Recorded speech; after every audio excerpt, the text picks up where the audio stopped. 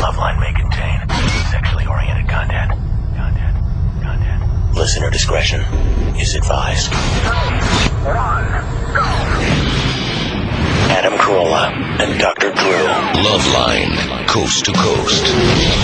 Hey, it's Loveline. I'm Adam Carolla. That is Dr. Drew over there. Phone number 1-800-LOVE-191. Fax number 310-854-4455. Dr. Drew is a board-certified physician and addiction medicine specialist. It's good to be back with all my kitties. Really? My peeps, my minion. Well, we're glad to have you, kind of. Yeah. All right. And tonight... You seem rested, actually. Really? You go to Toronto? What? You go to Toronto? No, I was in San Francisco. For? The X Games. Oh, yeah, right. How was it? I'm in the wheelie popping competition. Nice. Yeah. I told them, I came with a good competition for the X Games. A lot of that stuff's fast-moving. A lot of injuries. A lot of, basically made for people that are hopped up on meth. Here's my competition. Let's see who can go the slowest on a moped without tipping over. There you go. Something involved just a little more skill, a little more finesse. Yeah.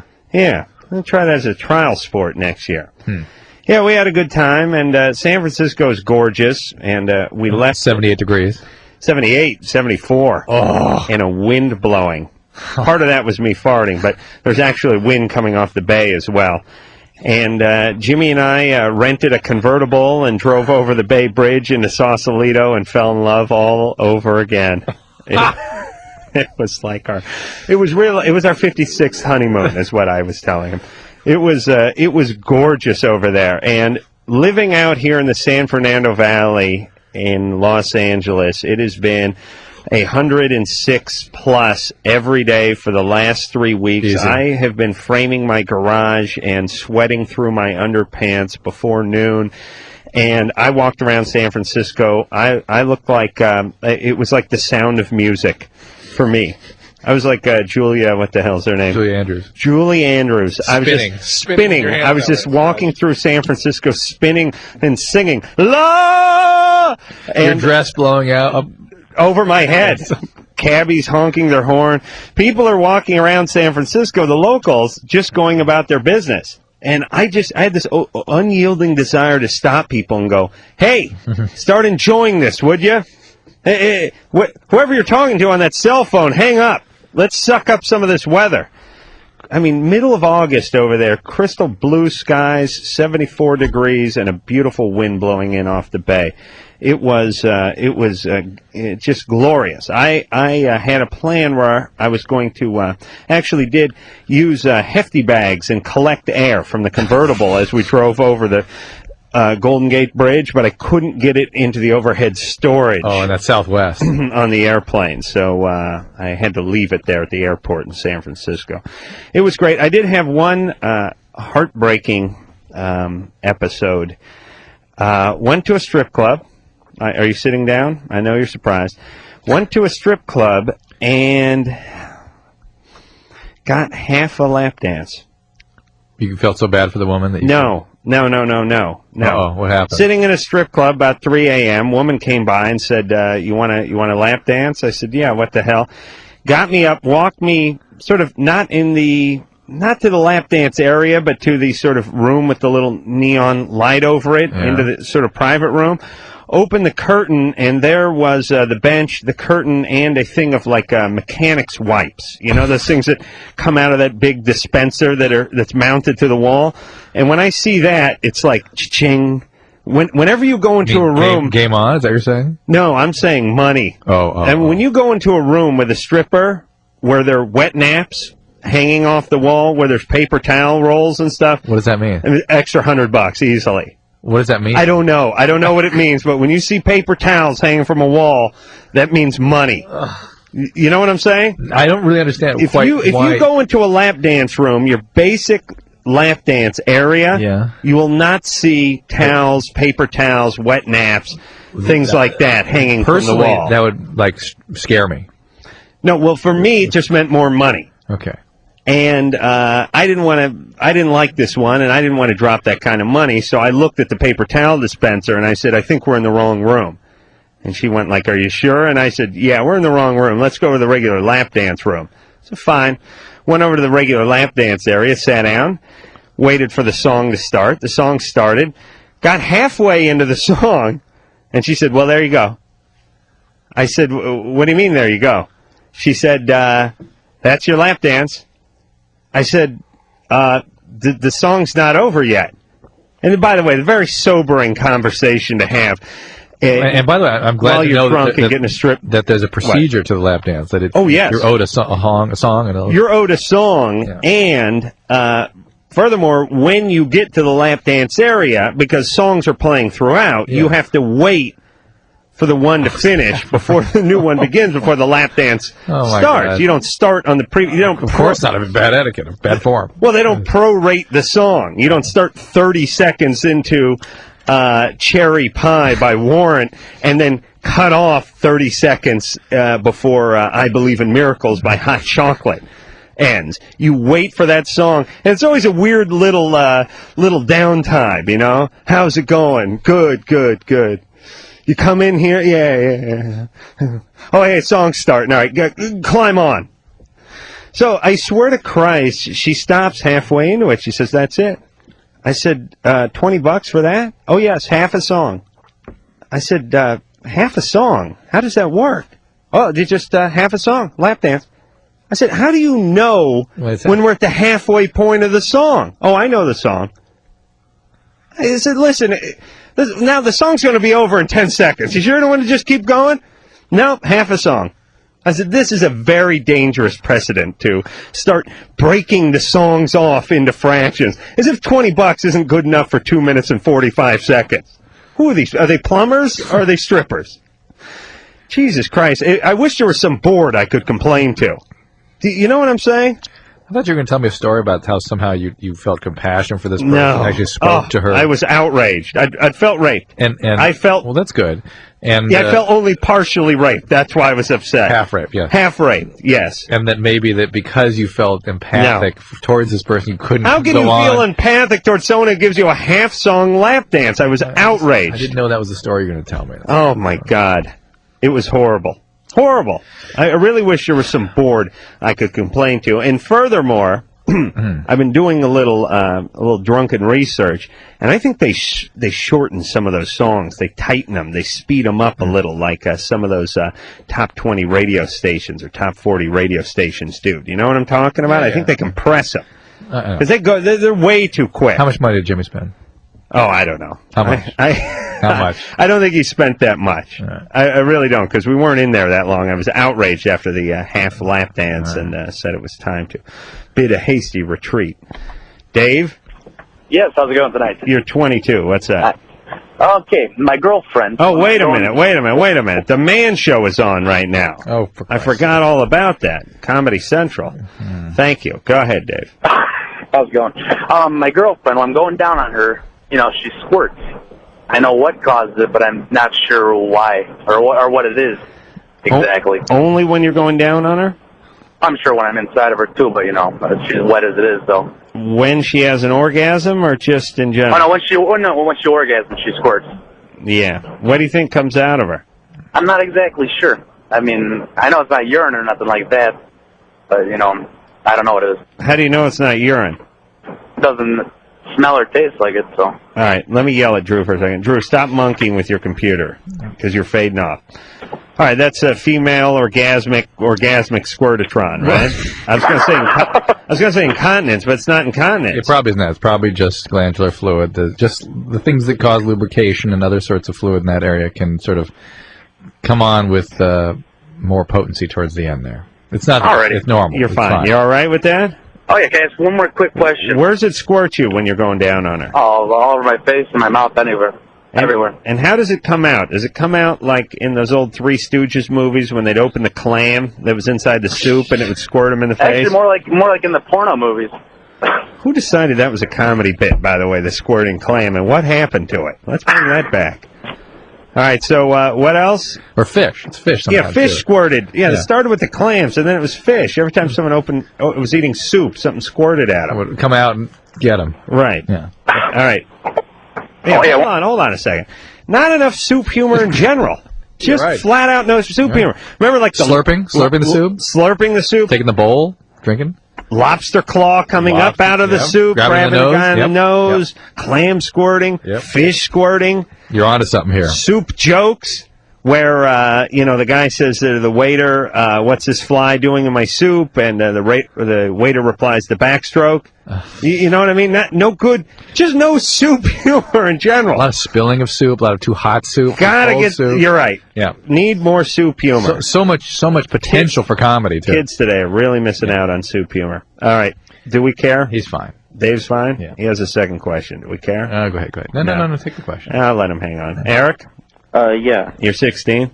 Yeah. You've probably never seen any soup humor at age 16, have you? No, not really. Oh, man. There's a bevy of jokes that come from the soup bowl. All circa 1930. Right. Anyway, I want to say, Adam, you're a genius. Thank you. And gotta hear more Tommy Vu and Minka. Tommy Vu. Tommy Vu's the real estate guy who was arrested, I think, who comes on late night to try to sell people on buying stuff with no money down. Go ahead. I'm a couple years ago I discovered I was gay, and I was wondering if maybe it could be because my father was never around and I was raised by my mother. How do you think that would connect with that? I've never really had a strong male role model. Well, a lot of people grow up without strong males in their life and still doesn't change their sexual orientation. I'm just asking for you, how do you think it impacted? I don't know. Do you have a feeling about it? It's just, a couple nights ago, this girl called in and her father wasn't around and she was looking for older men and everything. It kind of freaked me out. All right, wait a minute. Is your mom very bossy? No, not really. No. That's not Mom's fault then. But he has a feeling that... Hey, listen, every black guy in the country would be gay if that were the case. Yeah. It's not Dad not being around. It's domineering Mom and Dad not doing anything about it. And some biology. Right, some biology. Or maybe more or less. We don't know in different people.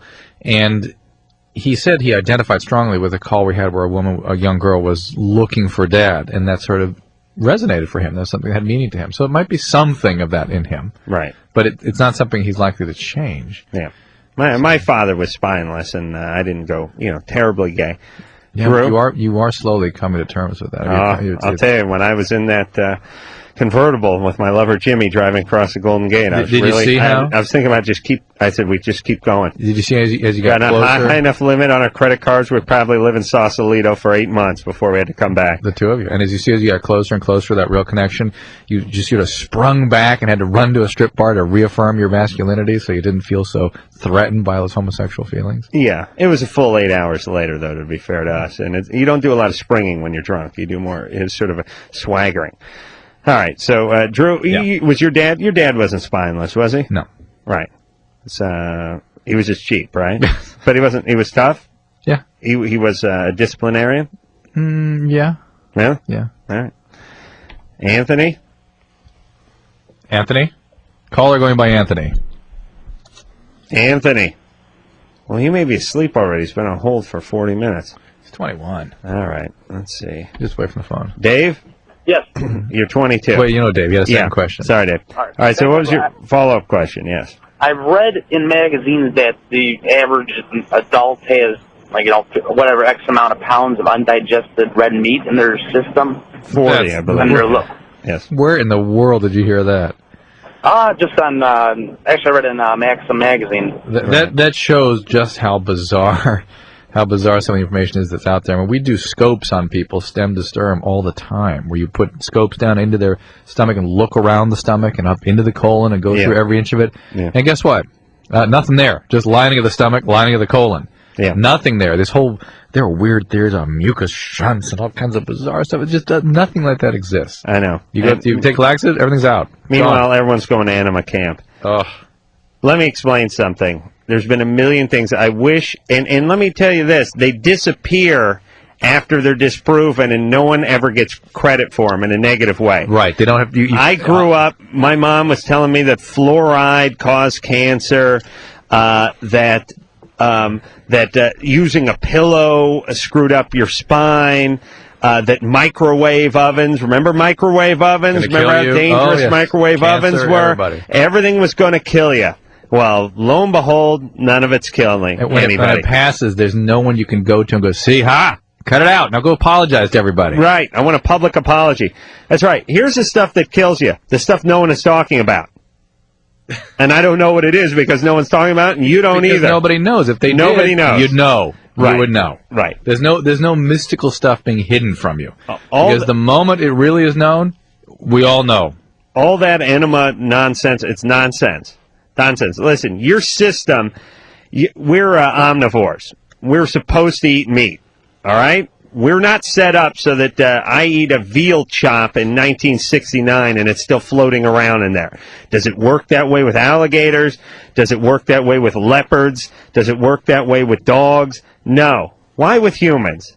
It doesn't work that way. Whatever's in you, you crap out about 4 hours later. That's it. It's not floating around in there. Now listen, if you're going to live off chili dogs, you're going to get some plaque in your arteries. But it's not like that chili dog's going to be floating around in you for 20 years. That's again that weird thinking that stuff is in your digestive tract. Yeah, people don't understand how stuff is absorbed, what it's converted into. They've never had any chemistry. Well, look at it this way: if you're sort of light-headed enough, and that's as euphemistic a term as I can come up with, to believe that an enema is going to pull the toxins out of your body and make you feel 20 years younger, then you're lightheaded enough to mistake it for the placebo effect that it's going to have. Mm-hmm. Now you get the enema and you pop up and you go, I've never felt better. Mm-hmm. Mm-hmm. Well, listen, you've never felt better because no one has ever told you you've never felt better. Right. You know what I'm saying? Yes, absolutely. Heather. Yes. You're 16. Yes, I am. What's up? My boyfriend hasn't seen me since, July 11th. Why? Why? Because he's a jock and does, football and wrestling and weightlifting all the time. Hang on a second now. Adam, you were a jock. Yeah. If you had a girlfriend when you were 16, you'd miss her. You'd step out for about 2 months for football practice. Well, I never had a girlfriend when I was in high school. Well, I like to look at my left hand as my girlfriend. I know. Well, did you leave her behind for... No, I took her What's that, Precious? She's still with me today. I understand that, but did you even take a break from her? Would you more than a day? Would you like me to put her on the air? Sure. All right, I'll talk to her. I call her Senorita Wences. You were, you hung out with me every day in high school, even though I played football and baseball. Is that right? That's all right. There you go. She spoke.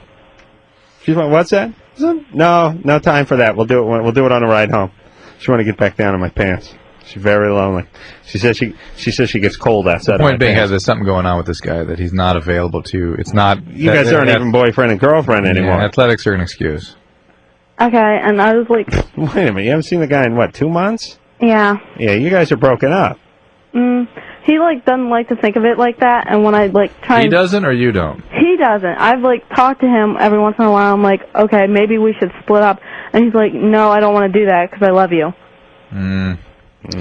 I think you ought to do it. And also, his parents are a bunch of dicks and bitches because they caught us making out in the basement, and so they don't like me at all. Well...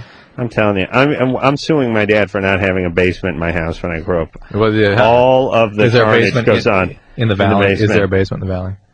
No. Okay, so it's not your dad's fault. I know, but listen, when I have kids, if I grow up in a house, if they grow up in a house with no basement, fill it. I'm going to fill that thing. I'm just going to fill it. Yeah, I'll cement over the top of it. Yeah, if there is a basement, That's right. It'll be like a tomb. Can't even be a space because they'll find their way in. They're like rodents. Yeah. Yeah, hey, listen, something I was thinking about today has nothing to do with the basement. Great. Remember all the time capsules that got buried in the 70s? Yeah. Around 76, 77, 78. That's, by the way, when we thought we had reached the sort of pinnacle of progress. Right. We needed to document everything that was going on because we had it together then. I don't know if people know what time capsules are, although they're sort of self-explanatory, but no one seems to bury them anymore.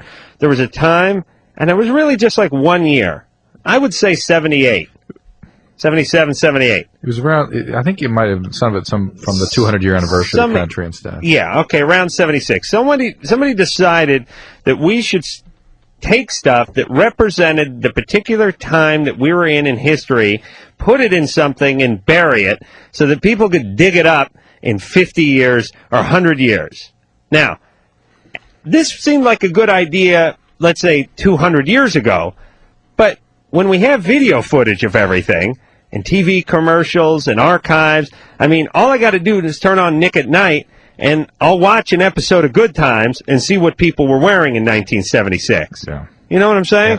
A ghastly. So people took like a Peter Frampton 8-track and a pair of culottes and some corkies, and they buried them somewhere. And our school did that too. My junior high did a time capsule. But then I started talking to a buddy of mine who went to my junior high, and I said, when are we supposed to dig that goddamn thing up? I want to dig that up. And I don't want them digging it up after I'm dead. And I think they were talking about digging it up in the year 2000. Oh, really? Well, seems to make sense, right? Let's go dig. And I don't even think people know where the time capsules are buried anymore. Do you? No. And you know what it is? People think that some civilization is going to dig them up in a couple hundred years and learn something about man. Some construction crew is going to be laying a new sewer line. They're going to run into that thing. Some guy's going to pop it open and go, hey, there's a 8-track and a Barbie doll in here. Hey, chuck it in the dumpster, Stu. And they're just going to keep going. No one's going to make any sense of it. And why complete waste of time. Awful period of history. All right. Let's, what a time to bury junk. Yeah. We should have buried stuff in the 30s. We should have just buried it all. 70s. I mean, Just put the impulse was right. 25-foot layer on the earth and start over again. Yeah. Bury all that bad stucco and aluminum siding and all that good stuff. Siding. Jake, Yeah? you're 13. Yeah. Your semen is green. Yeah. It's envious. What? Forget it. We'll get back to you after the break. I'm going to be in a second. I'm going to be in chat during the break at drdrew.com, the relationship chat room. Go ahead. What's going on with the man show? Is that show on now? It's on now?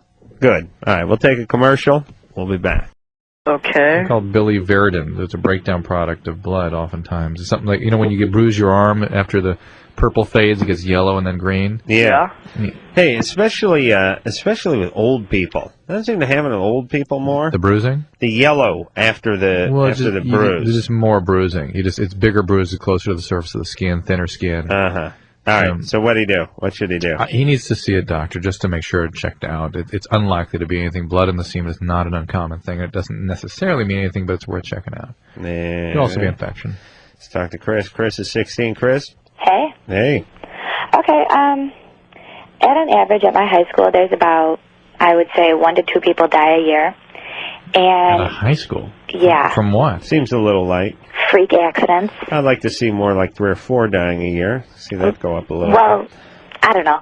But anyway, this started about... Small high school? Or yeah. How many people? Oh, okay. How many people?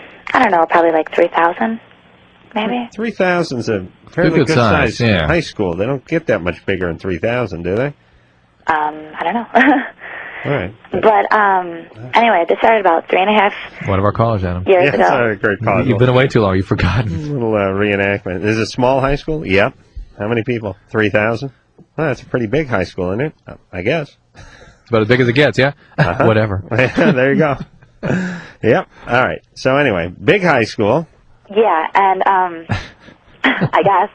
But about 3.5 years ago, I started getting, like, when these people would die, I would get, like, this feeling like I have, like, this deja vu, like this dream before they do, and it doesn't, like, trigger it until I'm at, like, a wake or a funeral or something that reminds me of them.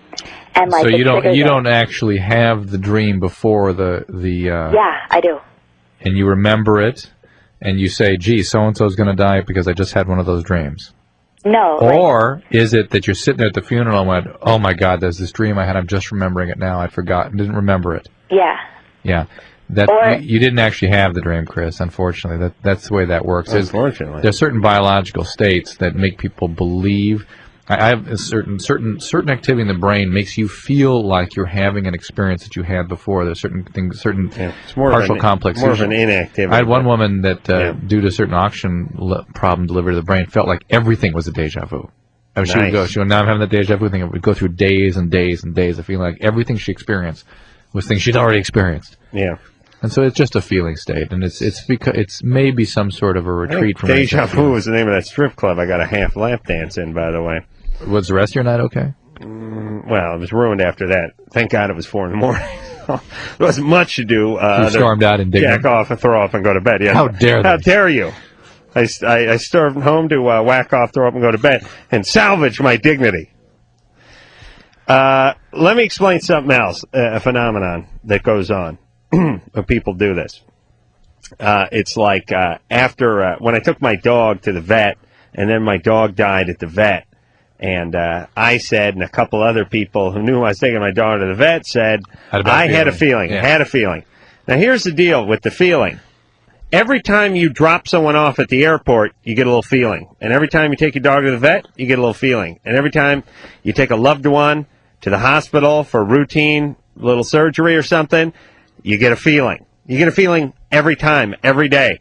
Every time your wife or husband or whatever gets in the car and is waving goodbye as they drive down the street, you get a little feeling. The problem is they pull up a half hour later with the cigarettes and ice cream and condoms, and you lose that feeling. Unfortunately, once out of every 1,000 times, or 5,000 or 10,000 times, they get killed in an accident, and then you go, I knew it. Yeah. But you have that feeling every time. Every time you drop someone off the airport, it goes through your head. It's just when they call you from Chicago, you're fine. You're fine, and you don't acknowledge that feeling.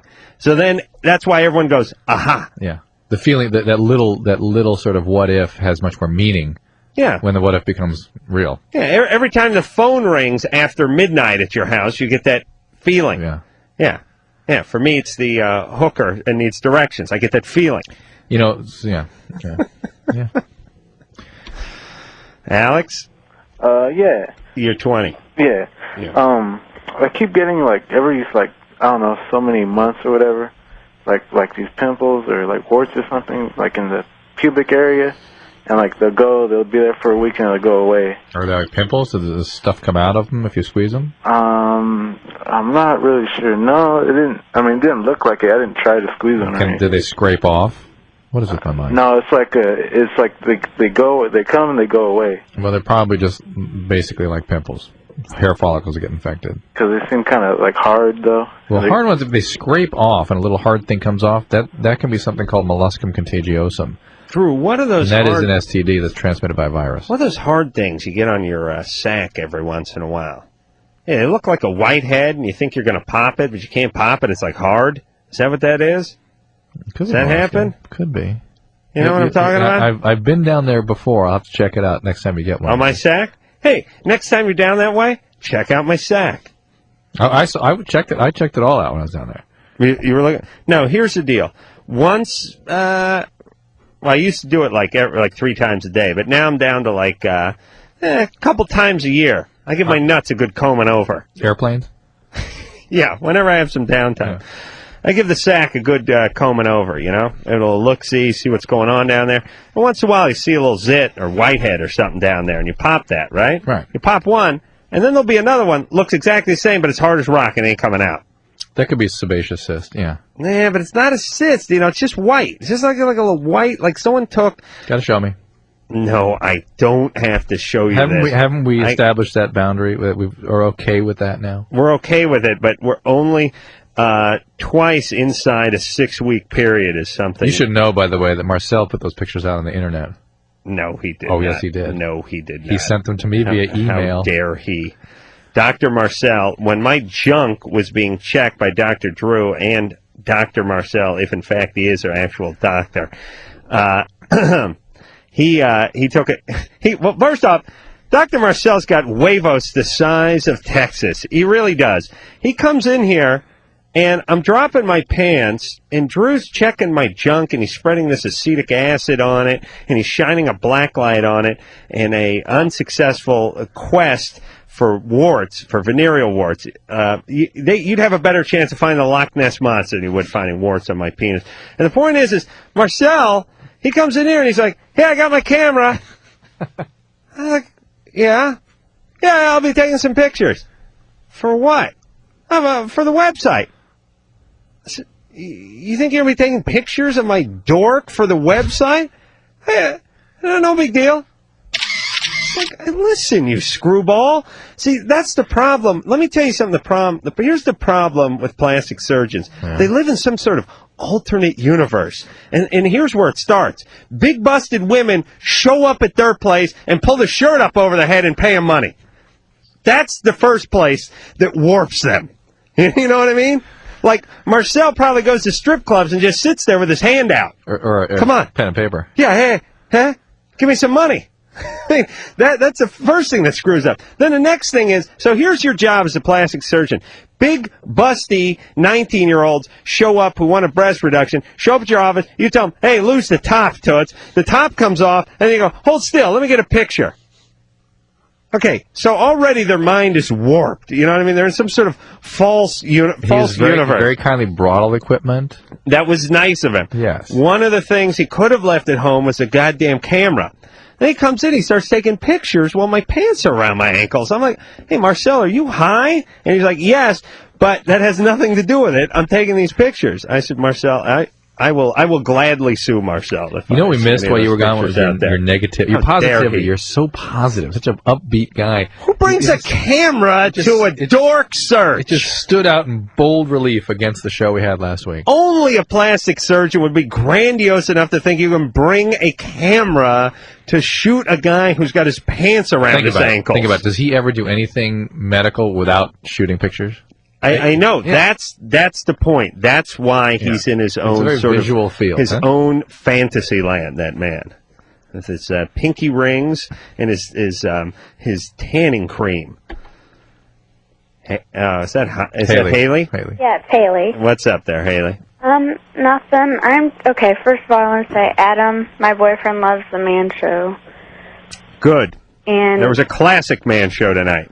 Okay. I went to Raiders camp, and Jimmy inducted Frank Gifford into the Man Show Hall of Fame. That's right. Okay. I don't know if it's something that like happened in my childhood that's like making this happen, but I have like this I'm like horny all the time. Well, what happened in your childhood? Well, like not. My dad's an alcoholic. Okay. Did he beat you? He's been abusive. Okay. Anybody sexually abuse you? Well, last year, my best friend Jeff's dad molested me. You know, I read a great, I know, she was 14, it's not quite right yet. We would expect something more might have happened. So you were 14 when your best friend's dad molested you? Yeah. What, perfectly normal, perfectly healthy, by the way. And what did he do? Well, I was passed out at his house, and he came in and tried to rape me. Right. Well, to be fair to him, he thought Haley was his daughter. Yeah, of course. So he thought what? Nothing. That was a little mistake. You know, I was reading an article recently that used some terminology I thought that was really interesting to the kind of stuff we deal with in the show. It talked about no one knows why this stuff really causes the kind of symptoms that Haley has. That why, if you have some awful sexual experience at age 7 with an adult, that sets you off to compulsivity. Mm-hmm. Whether you're 15 or whatever, they talked about establishing trajectories. Mm-hmm. Like something happens and it just gets you, like it gets you going down that path. And there are two trajectories: it's the shutdown trajectory or the compulsive trajectory. Right. And you just move down that path, and the more you move on that path, the more you do things that sort of solidify that trajectory and intensify. That's who you become. That's who you are. Yeah. Hey, Haley. Yeah. Did you ever bring any charges up against the dad or anything? No, they moved out of state before we could do anything. They did? Yeah. Oh, okay. And did you have sex with him? No. What did he do to you? He, unzipped my pants and put his hands inside me and tried to rape me. So. And what'd you do? I kicked him in the balls, and right on. He ran out of there screaming. So. Oh, really? Yeah. All right. So you're not too bad. No, I'm not too bad. All right. Well, then slow down. Okay. Don't get pregnant. Other maybe the bipolar stuff. There's other possibilities. Addiction could be in your history here. Yeah. But stop. All right. She kicked him in the nuts. It's a good sign. That's a good sign. All right. We're going to... always a good sign, in fact. Take ourselves a little break. When we come back, we'll talk to more of you after this. Yeah. It's the Loveline. I'm Adam Carolla. He is Dr. Drew over there. Phone number 1-800-LVE-191. Okay, a couple quick questions I got off the chat. One was long-term effect of nitrous oxide. I have seen ascending neuropathies where people lose feeling and muscle activity starting in their feet, legs, ultimately their chest. They can't breathe, end up on ventilators. Can be a mess. Just talking about how much I love that nitrous over the weekend. I've seen psychoses. People get delusional after long periods of use. And I don't know any long-term brain damage from it. And then also, people ask how to handle cutters. If your friend's a cutter, how do you handle Jimmy? Oh, Jimmy? Jimmy cuts farts. He doesn't cut on himself. Is that what you're talking about? Yeah. I don't know. I tried to open the window. But here's the thing. When Jimmy farts in his car, I'm thinking about suing the automotive manufacturers for this device. Window locks and door locks. Yeah, door locks, though, it's the child lock that prevents you from getting out of the car. See, the diabolical thing is he must set that up before you get in the car. You know, it's a latch inside the door itself. Well, once you set it up that way, it stays that way. Yeah, but he sets it up that way. See? Well, he probably got set up that way when he drove it home from the dealership, and it's always been that way. The point is he locks the door, he rolls the window up and locks it, he turns the heater on, and then he breaks wind. And it's bad. And I can't get out of the car. But if you have a friend who's cutting on their wrists, just make sure they get the appropriate care and just be an available, empathic friend. That's all. Don't try to fix anything. And these people aren't trying to hurt themselves. It's a way of releasing certain kinds of feeling states. And just be available. That's all. Yeah. And the other thing with the nitrous is if you're getting root canal, I recommend it highly. Highly. Wait a minute. You freaked out last time. You got back to it? I did get a little wubba. It's kind of weird, yeah. It's better to freak out, though, than to, I don't know. I don't know. I got the nitrous. And like I said, I was getting the root canal, and they were like, yeah, you can do it without nitrous. I was like, yeah, I don't want to do it without nitrous. Some people do it, you know. I'm like, listen, what is this? What am I? Is this? Hey, last time you freaked freaked him out. Am I going to be a goddamn out. Navy SEAL? Give me the goddamn nitrous. You freaked him out last time. Here's what I said to my dentist. Listen, attention. I got a hold of PA soon. Attention. I am a pussy. Put that on. Where's my record? Put that right on there. Put the big P stamp. I want the nitrous. I want everything. I know. You understand? Yeah, I understand. What am I don't got anything to prove at the dentist office. Yeah, but you Knock freaked me him out. last time you had a mouth. bad trip, and he doesn't know how to handle it. I did have a bad trip. You would, too, if you were listening to the Manhattan Transfers Christmas CD in the middle of August, and this guy was scraping at your soul through a hole in your mouth. Yelling, Mommy. Do you think he wants to go through that again? Shut up. I didn't start yelling, Mommy. Eric? Yeah. You're 17? Yes. What's up? Hi, I have a question for Dr. Drew. Yeah. Yeah, I have hepatitis C. How'd you come up with that? Huh? How'd you get that at a young age of 17? Do you have a transfusion, or? No. How'd you get it? You a heroin addict? No. Anyway. Never did drugs. All right, well, keep going, buddy. How did you end up with hepatitis C? I have no idea. Wow. If I remember, about 30% of cases you never figure out where it came from. But it's unusual for a teenager, obviously. Yeah, it's like really... How was it documented? I have no idea. No. How did they detect it? He'd make a great spy, though, wouldn't he, this Eric, if he ever got captured? How did they detect Who do you work for? I have no idea. What is your rank? No idea. What country are you affiliated? No idea. Well, I had like a real bad panic attack when I was like about 10 years old. I was like, my heart was beating really fast, and I was losing my breath, and my mom took me to the emergency room. And they're like, just snap out of it. And, like, I guess that's how they detected it from there, because, like, ever since then I had, like, recent attacks. Wait a minute. Did they do blood tests that checked you for hepatitis C? Yes, they did. And they found you have antibody to hepatitis C? Yeah. Do you know, did they try measuring the RNA, the virus? I have no idea. Have you seen a liver specialist? No. You definitely need to. Okay, but see, when that happened, my mom never got me, like, really treated for it. Well, you need to, Eric. You understand that it can lead to chronic liver disease, cirrhosis, and even cancer, and it is treatable and many times curable. Okay, because, like, I tell my mom about this, you know, I need to get treatment, and she just, like, blows me off. I have to tell you, the diagnosis is sort of suspect, because hepatitis C doesn't cause really any symptoms, maybe some weakness and that sort of thing. That's about it. Yeah. So it certainly doesn't cause panic attacks, at least it shouldn't. So why they came up with that and what they were testing for, whether or not you've got misinformation. Hey, can you have a panic attack at 10 anyway? Yeah. Like you eat like 400 pixie sticks and you start freaking? Yeah, think about who this mom is now. Hey, I have chronic liver disease. Forget it. Yeah. You get a panic attack with that. All right, so you need to see a liver specialist. You've got, or a gastroenterologist. You've got to go, Eric, because at your young age, it's the years and years of that viral activity that causes the cirrhosis. All right. Let's speak to Ryan. Ryan? Love Dr. Adam. Hi. First off, I want to say that you guys are, like, really cool. And Adam Carolla, my brother, has the Buzz Lightyear video, and I know, like, you're Commander Nebula or whatever.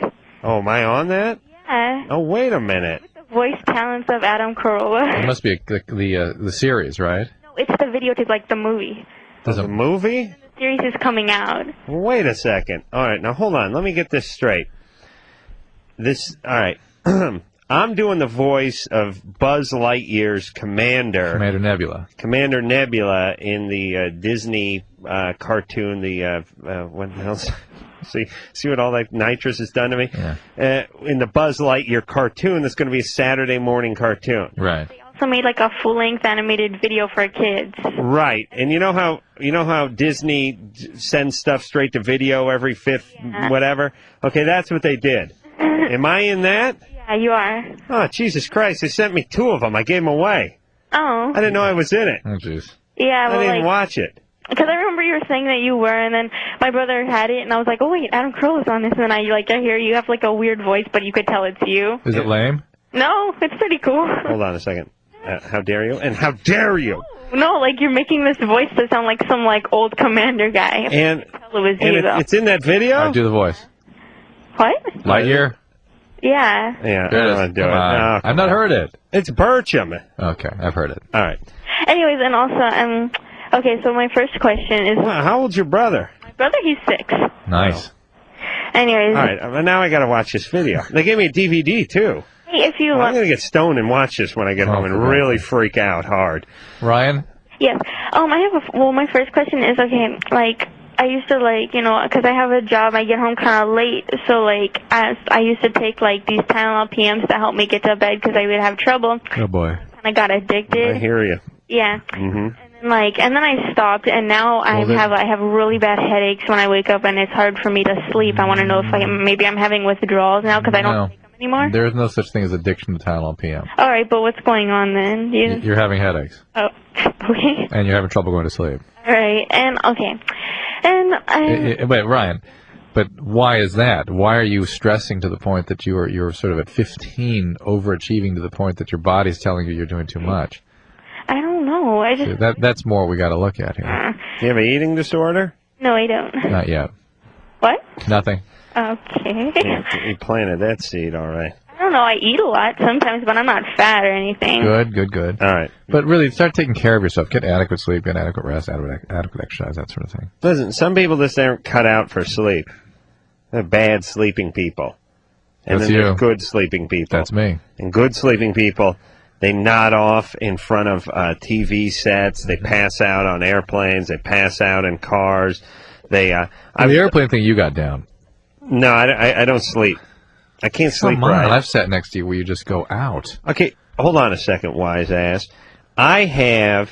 Okay, first off... Okay. No, how dare you? Listen to me. Listen what I got in me. When I get on that airplane, I go to bed at 2 every night, right? Right. When we catch a 7 a.m. or 7:30 flight out of LAX to New York, I go to bed at 2 and I get up at 5:15 or 5:30. Right. So I've slept for 3 to 3.5 hours that night. Then we get on the plane. Then I take an industrial strength prescription sleeping pill that the Candyman, Dr. Drew, has got for me through a connection in the park, and wash that down with booze, namely a couple of Bloody Marys. So this is 2 Bloody Marys and a industrial strength sleeping pill and 3 hours sleep the night before, and I'm still in and out. Up if it's a 6-hour flight, I'm up 4.5 hours of that flight. Right, and never nod off for longer than 45 minutes at a time. That's true. With the big lovey eye shade on and the earplugs and the head leaned back. Still, and I'm trying to fall asleep. Yep. I'm never down for more than a half hour at a time. Now that's enough to That's better than I can do, though, and I'm a sleeper. You put that sleeping pill in you, a couple of Bloody Marys, and give you 3 hours of sleep. Most people are going to go out for the duration of the flight. I go out for an hour and 15 minutes on a six-hour flight. That's not a good sleeper. Okay, we'll be back.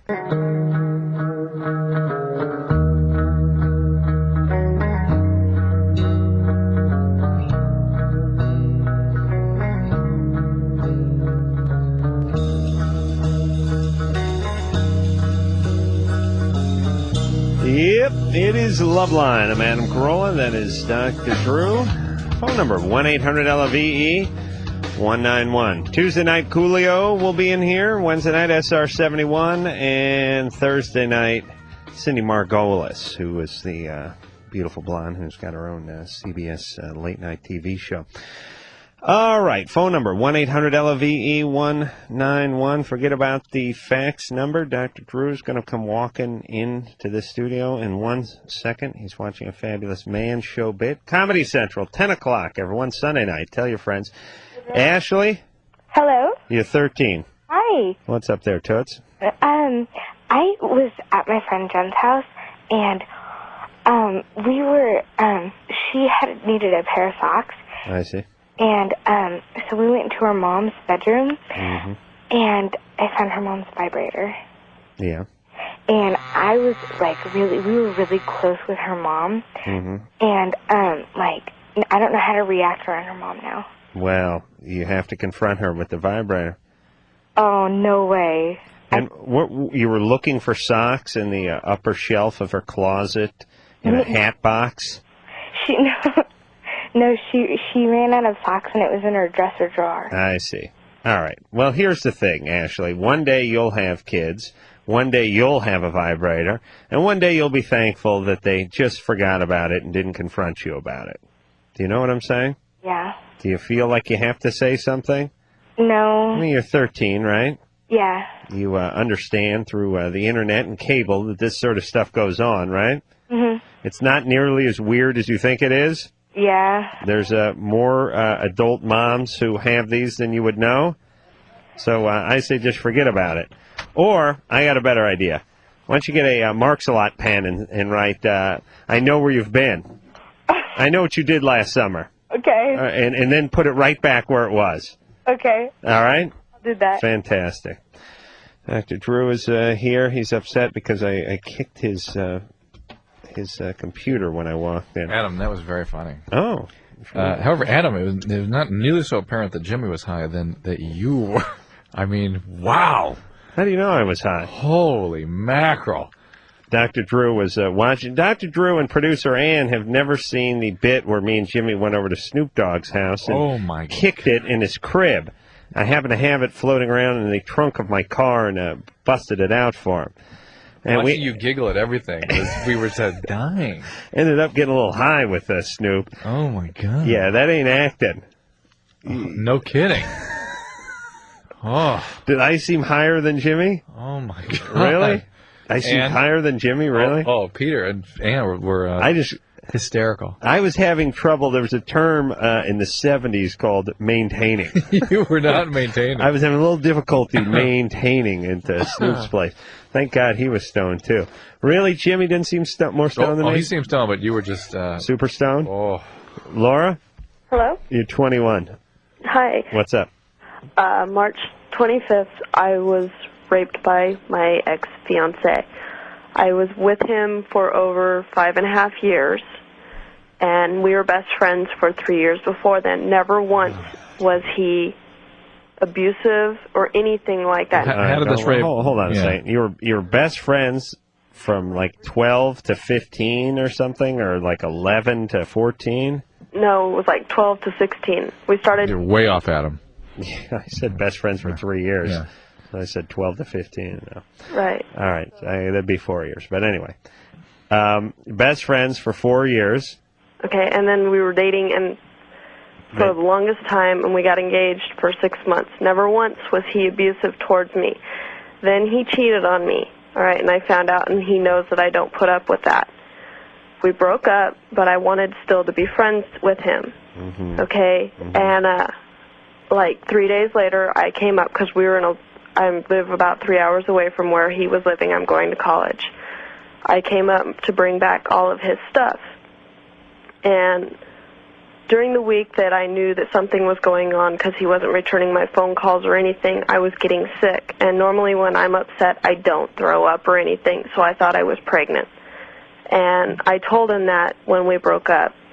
And he goes, I want you to go see, a doctor, make sure. And I was unable to go see a doctor because I work 10, 12 hours and just never had time.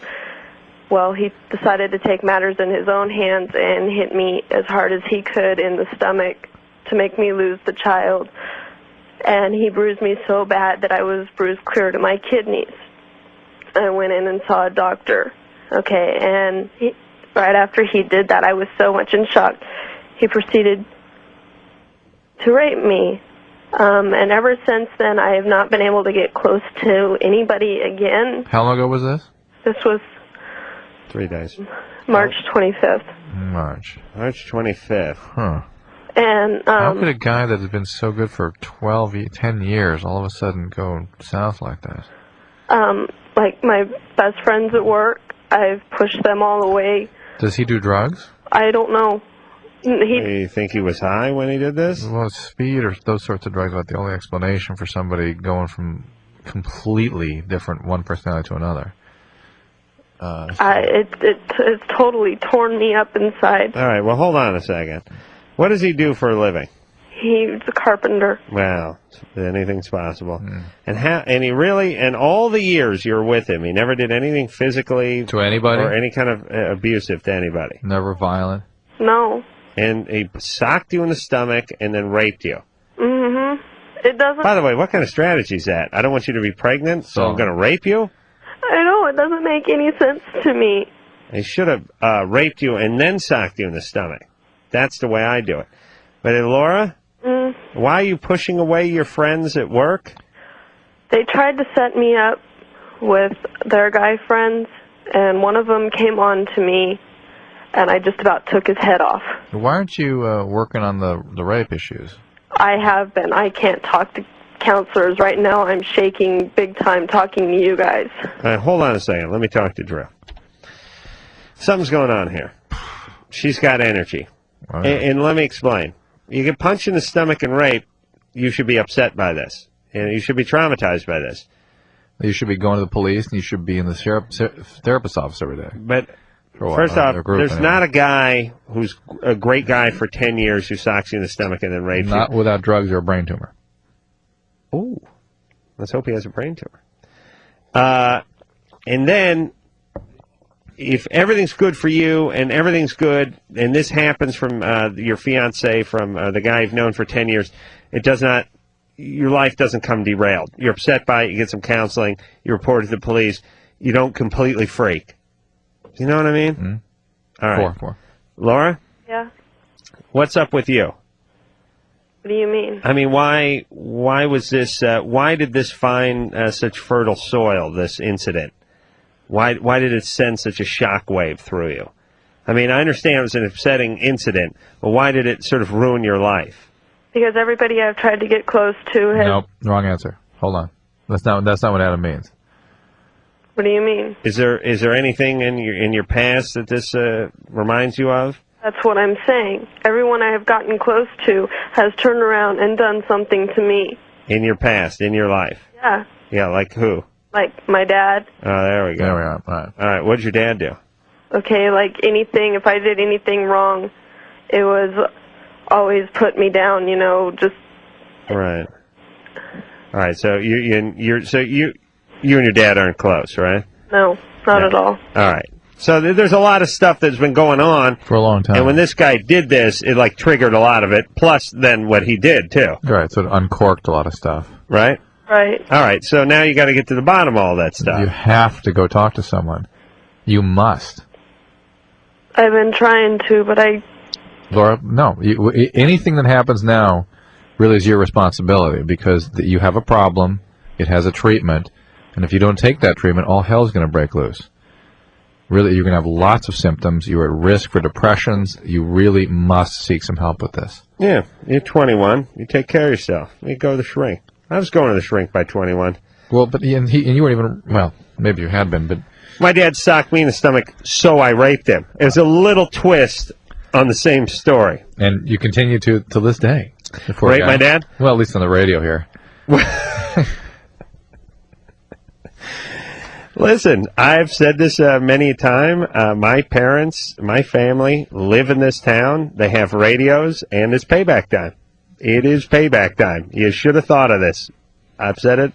I make no bones about this. I'll say it to their face. you should have thought of this.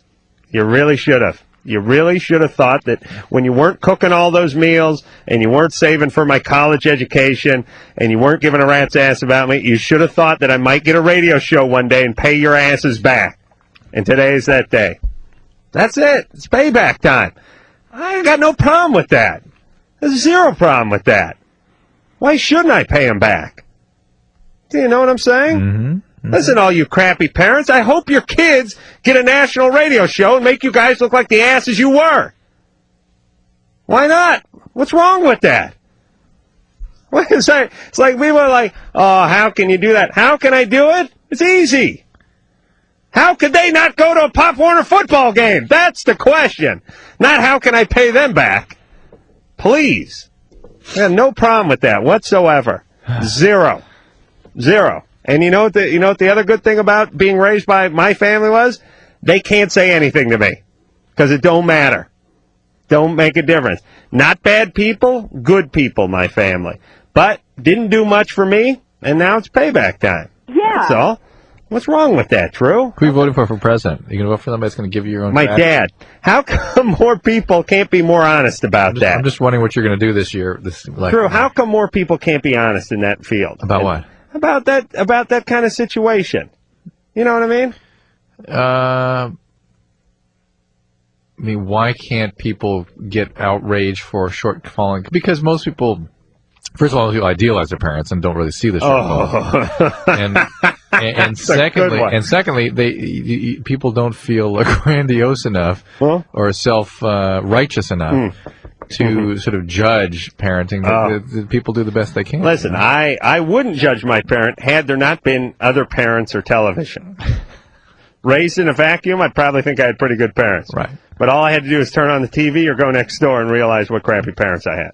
I'm now buying. I've just got done paying. This is an interesting thing.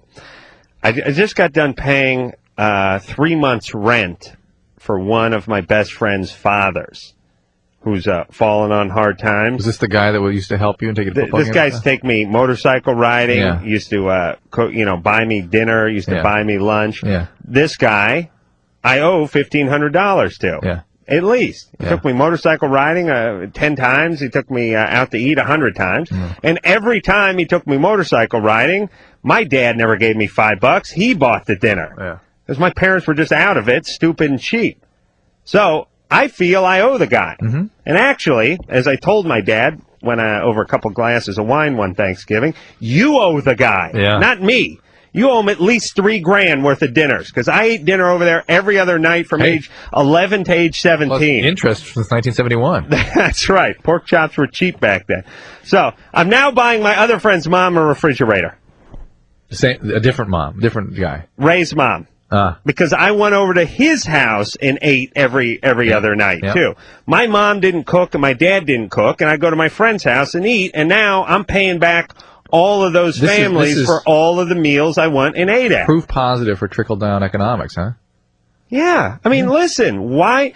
Seriously, you guys, it's not my responsibility, but think of the math. Yeah. You eat hundreds of meals at your buddies' houses. They eat no meals at your house. Yep. And you're good for 2-3 times a week for 8 years. You don't think you owe them a refrigerator or a couple months' rent? Think of the abuse you suffered at Ray's hands. It's downgraded. It's like Ray a mini refrigerator. Ray owes me like a Sub-Zero, and I owe him a bar refrigerator. That's right. Yeah, but it's for his mom, so what the hell. Crystal, Yeah, you're 14. yeah. What's up?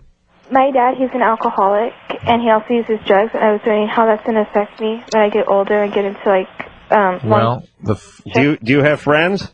Yeah. All right, start saving up so you can buy them a refrigerator or a mobile home, their parents later on in life. Mobile home, huh? Listen, the fact that you're asking that question now is real good, and it decreases the risk of problems in your relationship as you grow up. But you're generally going to be finding yourself attracted to men that are like your dad, that are alcoholics, even though you might not even see the use. It may just be those qualities that people with that genetic makeup have that cause them to develop this disease, or whatever issues emotionally he carries along. You may sort of identify those in another person without even realizing it and sort of be attracted to them. The only way you can really substantively change that is to get involved in either some treatment or go to Al-Anon, get a sponsor, or Alateen, and work a program, and that will actually change you in a way that will make you have better and healthier choices in your relationship. My dad won't let me get any sort of treatment. I've asked him before. How about Alateen? It's free. I've never heard of that. All right, you just call AA, and you ask a referral to Alateen, and they'll even come pick you up. Okay. Oh, they will? Yeah. Hey, Crystal? Yeah? Start taking voice and diction classes in high school, okay? So you can get your own radio show soon. Okay. So you can pay back your parents. Pay back parents, yeah. Right. Now, to be fair to my dad, he came out to the house today and told me to help me frame my garage. He said that? Oh, no, he didn't say it. I told him. That he's going to help you. I've never done anything with my dad, like any activity. Right. Like fixed a lawnmower, or built something, or fixed a car, built a jungle gym or a fake Christmas tree. Never done anything, ever. And I said, Dad, you're coming to my house. I'm going to frame the garage. You're going to help me. Today? Yeah, today. Did he do it? Yeah. How was he? Well, he doesn't know anything. But could he pick up a hammer or do anything? He didn't know which one. He didn't know what the hammer was. Oh my God! And my dad, it's like he's like Mork from Mork or something. Was it everything you thought it was, or was it awful? No, it was good. He hung out and just kept me company. I was up on the scaffolding and I'd say, Dad, give me the caulking gun. He'd look at me with this blank stare. There's that orange thing over there. Oh yeah, you go get that one. It's funny. I ran into a contractor. I was at a car wash, and I came up to me and they talked about they liked the show and stuff, and I said, "No, yeah." Adam's been ranting and raving about his, plans and the fact that what they call the holds, HDs, hold downs. And I tried describing them to the guy, and he goes, "Oh, yeah, the HDs." He goes, "He didn't know he needed 6 of those on that sign."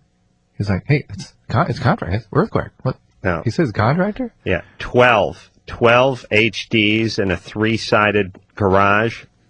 Please. I know, you just how dare you? Matter of fact. Have to talk to him about that. Chris? Yeah. You're 18. What's up? Hey, what's going on? Hey. First of all, I'd just like to say, Dr. Drew, it's a really good thing you're doing, and I've listened to your show since I was in 7th grade. Great. And, Adam, I was on the freeway going to the Golden Gate Bridge in traffic, and I saw you. I was with my girlfriend and her parents. You were with Jimmy Kimmel in the convertible? In the red Mustang. That was you. What? Wait. You were driving? You were driving your parents? No, I was parents. in the back seat with my girlfriend. Oh, and we were yelling. Were we talking to you? Yeah, Jimmy flipped me off. Oh, nice. Yeah. Right. What? Why? Oh, we were just joking around. Was he high again? I think you guys were, actually. No, nice. Push up. How dare you? Yeah, we were talking to you, right? Yeah. We're asking like where you're going or what you're doing. Over to my girlfriend's house and hang out or whatever. Yeah, it was funny stuff. Yeah, what kind of car were you in? Just want to make sure. Yeah, green. Honda? Yeah, exactly, Honda. Yeah, we talked to a few people. That's why I won't buy a convertible. Yeah. You end up talking to people while you're driving. It's like, hey, how's it going? Hey, good. Hey, what are you doing? About 80. Fantastic. Hey, you drunk? Yeah. Hey, hand me that beer, would you? Oh, yeah, nice. You end up talking to people. But anyway, we talked to Chris. I know he enjoyed people, too. That's right. Yeah, you guys. So we're very approachable, aren't we? Yeah, definitely, of course. Yeah, and he flipped you off right away. Okay. Yeah, that's nice. That's nice. Yeah. You just, nice. So. Ambassadors of goodwill, they are, yes, indeed. So. My question is, about 4 nights ago, my girlfriend and I were having sex, and I was using a condom, and I guess about halfway through 15 minutes, it came off, but I didn't know this.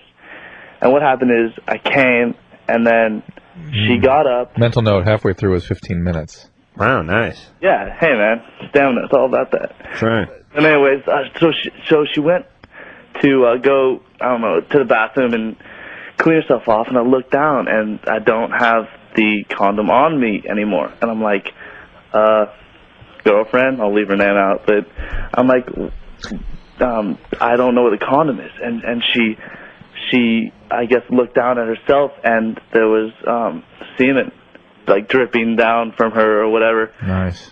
It was. I thought there was that ghost story where there was a hook hanging from her vulva.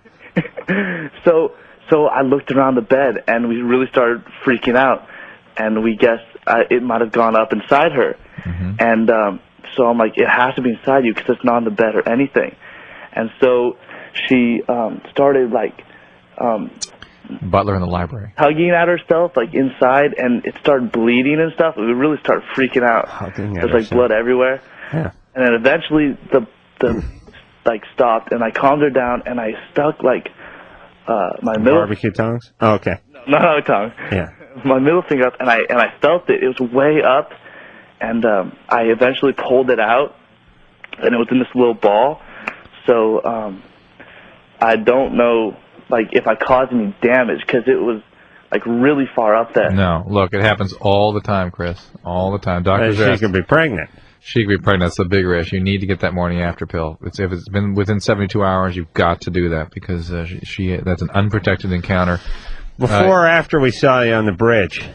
This was actually before. Moments before, Adam. How long before that? But she's on the birth control pill. Oh, all right, good. well. All right, good. Then you're fine. See, everyone from the Bay Area is smart.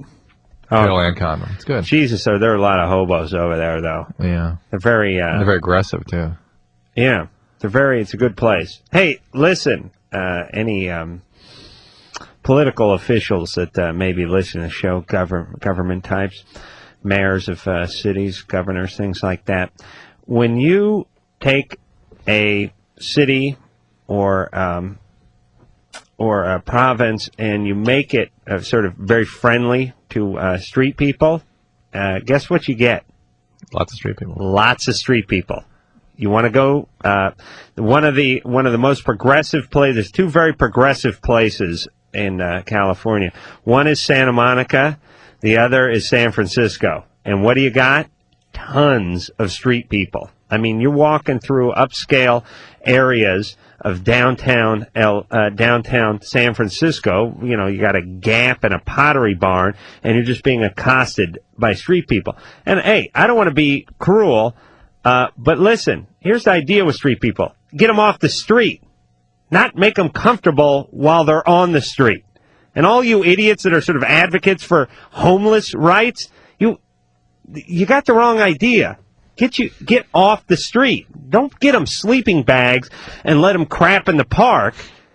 Get them some medication to help with the voices, get them a job, and get them off the street. Don't just make it easier for them to stay on the street.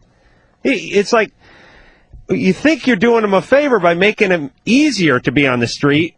It's like if you have people who are bad students and missing a lot of school, should you just make it easier for them to get bad grades and shorten the school day so they don't miss as much? Hey, that was the direction the schools were going. Oh, it was? Yeah. Oh. That's how you ended up That's not why reading. I can't learn to read. That's right. That's why I don't know how to read. Huh. Well, it worked then. But look at me. I'm a millionaire. Literally a millionaire, everybody. All right. We're going to take ourselves a little break. When we come back, we'll speak to Rosie, who's 23. No, What? No? All right. Well, don't put the sticker there. No. Lisa, who's 24. I want to know what are some signs of nymphomania after this.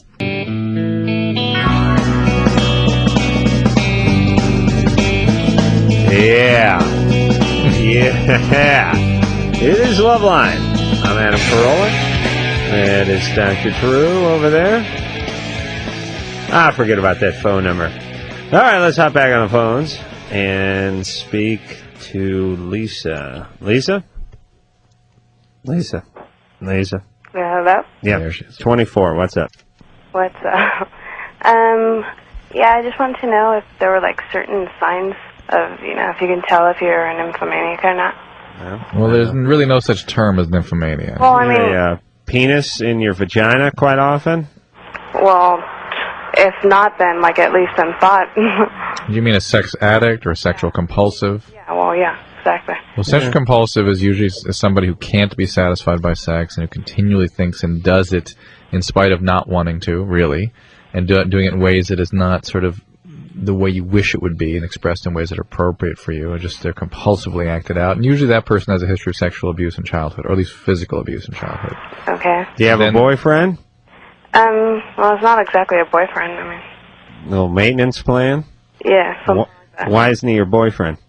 It's pretty much, and as far as both of us are concerned, we don't want any commitment other than just the sex. We don't, or he doesn't? Well, I don't. You don't? No. Why not? Why not? I don't know. I don't want to get into that. I don't want to, like... All right. Well, listen. You have to be able to articulate yourself, I can tell. All right. And then sex addiction is a little bit different, often the same history there, but there's progressivity and increasing consequences in spite of a desire to stop. All right. So listen, anything you have to do as opposed to want to do is compulsive. Yeah. And if it's progressing and where things are happening in your life as a result, you want to stop, but these things keep happening and get worse, that's addiction. Yeah. Okay. It's never too late to start, though, I'll tell you that. Rosie? Hi. Hey, you're 22. What's up? Well, this is a question for concerning my boyfriend. Yeah. He was just diagnosed with cancer a couple months ago. Hold on. I'm thinking about gambling. On her already? It's easy. I don't have any cash on me. Let's just, she's got a different kind of calls. Let's go with that. It's going to take forever if we... You want to gamble? It's easy. It's a layup. All right. It is? 22 sounds 4. Sexual abuse, Rosie? No. Nobody sexually abused you? No, not at all. Huh. Why do you say that? You always come up with that. Well, we're always right, though. No, not this time. He was diagnosed with cancer. Where's Daddy? My dad? Yeah. Oh, he's on vacation right now. In prison? No. Oh. Yeah. Is he an alcoholic? Oh, no, not at all. Huh? Religious freak? No, well, kind of. But not really. What'd he do? What's he do for a living? He works at a restaurant. He's... Aha! Seafood? No, well, this is not... Soup restaurant. Steaks and chops? This is not about my dad, though. All right, what's your dad do? He works at a club, and, well, it's a restaurant and a club in L.A. Aha. It's the Jonathan Club. Ooh. They don't like Jews there, right, Drew? I think it's okay these days. Oh, it's okay now? Yeah. Oh, that's 8 months ago. Yeah, down on PCH? No, the one in downtown Los Angeles. Oh, the one in... Which one? Oh, the one in downtown. Oh, I see. Nice. And what's he do there? He works at the restaurant that's there. I see. And he never sexually abused you? No. Never beat on you? No. No? Did a little bit of drinking? No, not at all. When did you lose your virginity? When I was 20. 20? Ooh. What religion is he? Catholic. Yeah? Is he fanatical? A little bit? No. Uh-huh. How much do you weigh? I weigh 110. Where's your mom? Is she a little baddie? No. All right. Okay. What's up with your boyfriend? Come on, get to the question. He's 23 and he was just diagnosed with stomach cancer a couple months ago. And he's been kind of depressed, and they want to put him on Prozac, the doctors. Yeah, well, sure. I've been reading this book. It's called Prozac Backlash. And it just has all this negative. Yeah. Well, maybe he had to talk to the doctors about seeing a psychiatrist. And if Prozac particularly is a drug that scares you, there are many other alternatives out there. Well, how bad is his stomach cancer? I guess, well, what I understand, there's levels of cancers, right? 1, 2, 3, and I think up to 4. Well, what kind of cancer? This is not stomach cancer, then. What has he got? The colon, is lymphoma? What? He tells me that it's called, stomach cancer. Huh. So what number does he have? He has, I guess, number 4, the highest one. Stage 4. Stage 4. So he should then be taking something so as not to freak out, right? Yes.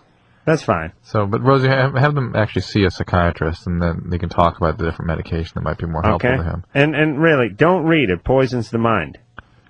Listen, he needs to be comfortable with it. He's going through some very heavy stuff, and he needs help. Yeah, him getting hooked on the Prozac is probably the least of his worries right now. There is no hooked on Prozac. That is the least of his worries.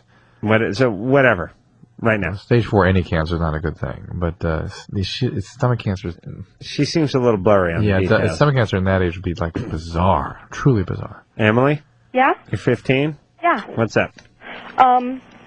Well, I'm just not really attracted to guys. I mean, I think guys are kind of cute and stuff, but I'm just not really into, boyfriends or dating or any of that stuff. Mm-hmm. Boy, you're lucky. Yeah. And I just Praying want for to... that. Drew would like to get Praying to God he'd for like that. you to perform a transfusion Inject on yeah. you. Whatever was and to his injected. daughter. Yes, absolutely. Could you do that? Could you spare a few pints? Yeah, I think I could. All right. Fantastic. What I really want is one of those Gilligan's Island brain transfer units. Yeah. Where you become the personality of the other person. Exactly. Not so much of that going on anymore either. With the chimpanzee accent climbs into the and it's always just a bell with a like a string Wire on it. A wire, yeah. Yeah, sure. Well, listen, here's the deal. Straight wire has no scientific use at all. But when you curl it up around something, all of a sudden you can transport yourself back into time. You can take your brain and put it in someone else's brain. Right. It's the curling of the wire that actually... And I don't know why scientists today aren't focusing on the curling of things, whether it be a wire or tubing. Straight tubing, nothing. Curled tubing. Especially glass tubing. Now you got a time machine. Yeah, glass, curled glass tubing and curled wiring. That means you're really on to something. All right, so Emily, and not attracted to anyone at 15.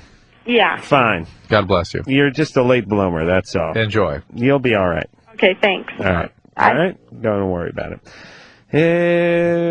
Tommy. On the other hand? Well, listen, really, this can really F you up. Why? What can? Being attracted to people at 15. It's a disaster. There's another proof, as Woody Allen says, that God is, if he exists, is truly an underachiever. Yeah. I mean, you're not ready for it. You're not ready. Yeah. Fine. So be it. Tommy? What's up, fellas? But I'm saying the people that are into it are not ready for it. Right. Thank you. You're 23. Yes, sir. Here's the problem. I go through my daily routine working 5 days a week. Doesn't matter if I'm at work, at the store, getting groceries, buying clothes. I'm always thinking about women. Yeah. To the point where it interferes, where I'm tired of thinking about that, sitting there talking to them or whatever it may be, with this pretty looking woman sitting in front of you, and you got to think about, boy, what she looks like, maybe naked, or what she's like in bed, Uh-huh. I'm tired of thinking of that, it's interfering with what I'm doing. What are you doing? Nothing. I mean, whatever it may be I'm doing. But what are you doing that's so important? Nothing. What's that? You work at a lube job place, right? No. Where do you work? I work in NASA. See, I'm in an office. What do you do in that office? Computers. No, you don't. Yeah. What do you do on a computer? Well, Clean the screen? no. What do you do? I'm a draftsman. What do you draft?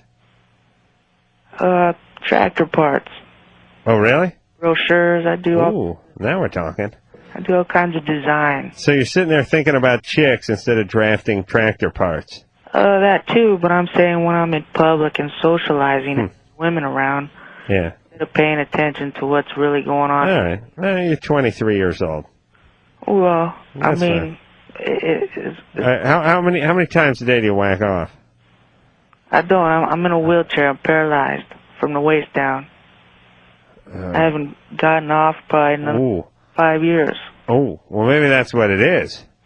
Listen, I don't whack off for a day and a half. I'm looking at my grandma when we're out at lunch. It's interesting that he may not be aware of whatever is going on there. So anyway... Oh, well, hold on a That's an second. interesting thing here. So you're saying there's a little build-up there. Maybe. It's because the central nervous system gets a release, too, from all this. Interesting. And I wonder if he has ejaculatory function. He may not. Huh. Tommy. With girls here. How'd you get paralyzed? A car accident. And so do you think, Larry Flint's in a wheelchair, but he can ejaculate? No, that's not possible from my side. You sure? Even though you don't feel it, sometimes it's possible for it to occur. It's a spinal reflex. And maybe that would help. Point is, I mean, you're rolling around. You're like a time bomb rolling around. Yeah, you said. Ready to explode. I mean, listen, if I didn't whack off for 5 years, that's right. I'd be banging. If there was a knot hole in a fence, I'd put my penis through it and try to rape it. Maybe that's what's going on. Well, that seems the case, but I want to know what I can do about it. Well, how about looking into, procedures and surgeries and all that stuff? I mean, what about, I'm thinking is my testosterone levels is too high? Or... No. Do you get erections? No. You don't get them. No, I can't get off. You know, I have no sensation. Yeah, but not having sensation doesn't mean you can't get off. It's possible you could. Hey, Tommy. You need to talk to your doctors about Do me a favor. Talk to a doctor who's a specialist about this and look into the possibilities. Because I'm telling you, Larry Flint is on this show, and he's told me he's paralyzed, and he's told me about his erection. He said never been better. More times than I care to admit. Or think about. Yeah, he had a pump put in. So where's that help me? Well, how it helps you, I hate to be mean to guys in wheelchairs, but I'm this close. How it helps you is you relieve a little tension by looking into this situation. Maybe you can have an orgasm eventually. It's something you should look into. And then once you have that orgasm, you no longer are feeling quite as pent up and preoccupied with the ladies. All right. He didn't seem to want to listen. He didn't sound delightful, Tommy. Yeah, still pretty angry, probably about being a paraplegic. Listen, I got a neck rash. I'm pissed off. Yeah. You know what I'm saying? Oh, yeah. I had a neck rash. I'm mad at the world. I'm angry. I walk around with a chip on my shoulder and a rash on my neck. If I was in a wheelchair, forget it. Oh, we'd all have to pay. I'd have a half-track wheelchair. Yeah, I'd have the tank tread on it. And with the German cross on the side. Run through houses. Right? Yeah, the swastika on the side and run over things. That's good. All right, we'll be back. Yep, it is Loveline. I'm Adam Carolla. That is Dr. Drew over there. Coolio later in the week. Cindy Margolis, the #1 downloaded internet pinup girl of all time, is going to be in here also later in the week. And we're going to hop back on the phones and speak to Scott. Scott is 32 years old. Scott? Yes. What's up? How you doing, Adam? Good. How you doing? Well, it's all right. I just want to let you know that I love your show. I have nothing but the highest thoughts for you and Dr. Drew, and I live in the San Francisco Bay Area, and, man, you just experienced some great weather. Yeah, it's pretty, thank you for the asking. It was very spectacular there. It was. And everyone should just enjoy it over there. Just take a minute and enjoy that 75-degree, sunny, breezy, beautiful weather. It's rare when we have this great weather. So, what's your question tonight? Well, I wanted to see what Dr. Drew really thought about methadone maintenance. I know he pretty much opposes it, from what I've heard of in the past. Drew is not a huge fan of the methadone maintenance. No, I'm not. Yeah, I'm currently in my 8th month, Mm-hmm. and I've been an opiate addict since the age of 21. Mm-hmm. So I was really wanting to know. I've been on methadone now for 8 months, take 80 milligrams a day. Is that a lot? Yeah, it's standard. Standard. Yeah. I wanted to know if, is there a time that maybe Dr. Drew thinks that I should maybe hang it up, or because I've been thinking about. Well, you're on maintenance, which is thought to be really a lifelong treatment. And What is it? What's the sensation of the methadone, Scott? Nothing. Well, no sensation as opposed to the heroin? Not even. It's basically just kind of just it cures the sickness that you might have. But there's no sensation you get with it. No high at all. Even if it's not a high, and maybe any sensation is a high, but no sensation. You don't feel slowed down or sped up or anything like that? Sometimes when you first start on the program, you will actually, some people get sped up.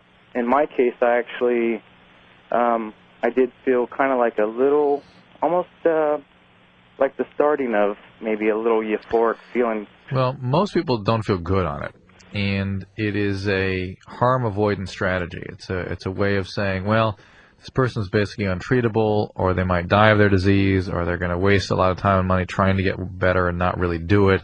So why don't we just do something simpler and just sort of keep them out of harm's way and kind of let them go on with a life with a chronic disease? That's okay, and there's something to that because the ability for people to stay sober from heroin and to really follow directions is extremely difficult, and you'd have to be in treatment for a long time. You'd have to go into a hospital. The detox from methadone could take up to 6 weeks, though generally it takes about 10 to 14 days. All right, well, he's been on the methadone maintenance. Should he do it for a little while longer and then try to get off of that? I would hope that when he has the time and is extremely motivated and he has resource, go into an inpatient setting and then plan to spend about 6 months in a sober living and really get treatment for this Different illness. treatment to get off methadone than off of heroin? It takes longer, that's all. Same treatment. Off methadone? Yeah, it just takes longer. That's ironic. Jackie, Yes. you're 25? Yes, I am. Yeah, you want to have sex but are scared to talk. Wait, you want to have sex with who? Yes. Okay, well, this is the thing. We met in high school, right? In high school, we didn't used to talk or anything, and it so comes that last year. Who is this guy? He's a friend. Well, at first he was a friend, but you see, we started dating. Right. And at first it was all right, cool, everything right. But just a couple of months ago, he started asking me if I wanted to have sex with him. I didn't answer him.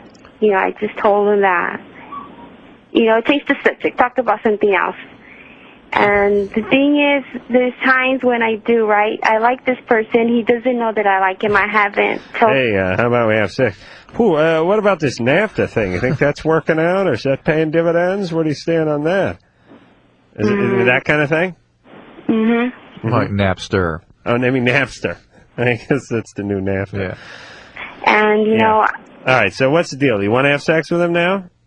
Well, I want to know, you know, what do you think? I mean, I'm... What do I think? I think you're 25 and you sound like you're 14. But I'm not 14. You like this guy? Have you ever had a boyfriend? No. Okay. Uh-huh. What's up? What's up? You a big gal? Yes. Yeah. And how big are you? How big am I? Yeah. Oh, enough. In millimeters. Millimeters? How tall are you? I'm 5'4". 5'4". And how much do you weigh? 130. That's it's not what you call a big gal, really, is it? Well, I'm not that big and I'm not that small. Right in between. Mm-hmm. I see, but I still got to do a little radio math. 5'4", 130. See, I ain't that fat, I ain't that skinny. So. Hold on a second. You're screwing up my radio math. 5'2", 1/4", 142. So a little bit on the husky side, but that shouldn't be a reason why you can't have a boyfriend. Why have you never had a boyfriend in your 25 years? Mm-hmm. All right, well, let's not count the first 5. Why have you never had a boyfriend in the last 20 years? I don't trust guys. I mean, you know, everybody... What's up? Not that there's anything wrong with that, by the way. It's a good reality test. Another transfusion candidate for Drew's daughter. Yes. Where's Daddy? My dad don't live with us. Yeah, did he do you wrong? No. Did he abandon the family? They got divorced. My parents got divorced. When you were how old? Pardon me? When you were how old? I was about 14. Did he take off after that? Yeah, he took off. Okay, that would be called abandonment. He abandoned the family. Mm-hmm. Okay, so you don't trust guys. No, I don't. All right. Well, it's time to start trusting them, but maybe not this guy. Uh-huh. Find a guy, start dating him, have a relationship. Don't get into some sort of sexual maintenance thing with some friend of yours who just wants sex. And be careful. The kind of guy that she's going to trust is the kind of guy that's going to abandon. You know what I mean? Yeah. She's going to pick one. Real quick. Stephanie. Yeah? You're 15, your friend's brother molested you during a sleepover party? No, when I was spending the night over with his sister. How long ago was this? Wasn't a sleepover party? No. Like a couple weeks ago. Were there more than one of you sleeping over? No, it was just me. Just you two. Have you told everybody? No. How old is the brother? He's about 17. You got to tell your parents. And what did he do? Sneak? What was... Wow. That was weird. I think that was profanity. What do you think? I couldn't hear it. I think I heard the F word. Is there the F word in there? Huh? No? Uh-huh. Yeah.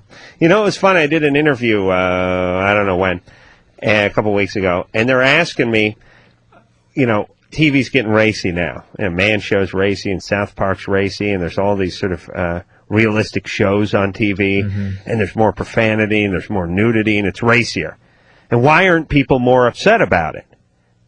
How come people aren't more outraged? And I said, well, see, people say the F word in real life. All the time. I use the F word 750 times a day, and that's a light day. Yeah. I fornicate, I masturbate, I take a crap, I don't call it poo-poo or caca, I call it the S word. And so does everybody. Yeah. So the reason we're not that upset when we see it on TV or hear about it on TV is because that's our life. We've been waiting for TV to catch up. Now, when it passes us, then we'll be upset, but it is still 20 years behind us. You know what I'm saying? Yeah. And that's why people aren't that upset. I don't know why it triggered that, but we'll take a break and we'll think about it.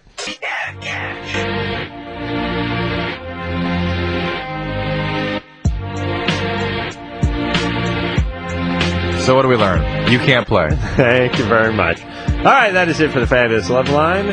We'll be back tomorrow night with another fantabulous show. And until next time, this is Adam Carolla, Dr. Drew saying mahalo. This has been Loveline. The opinions expressed on this show are not necessarily those of the staff, management, sponsors, or this station. The producer for Loveline is Ann Wilkins Ingle. Loveline is a presentation of Westwood One Entertainment.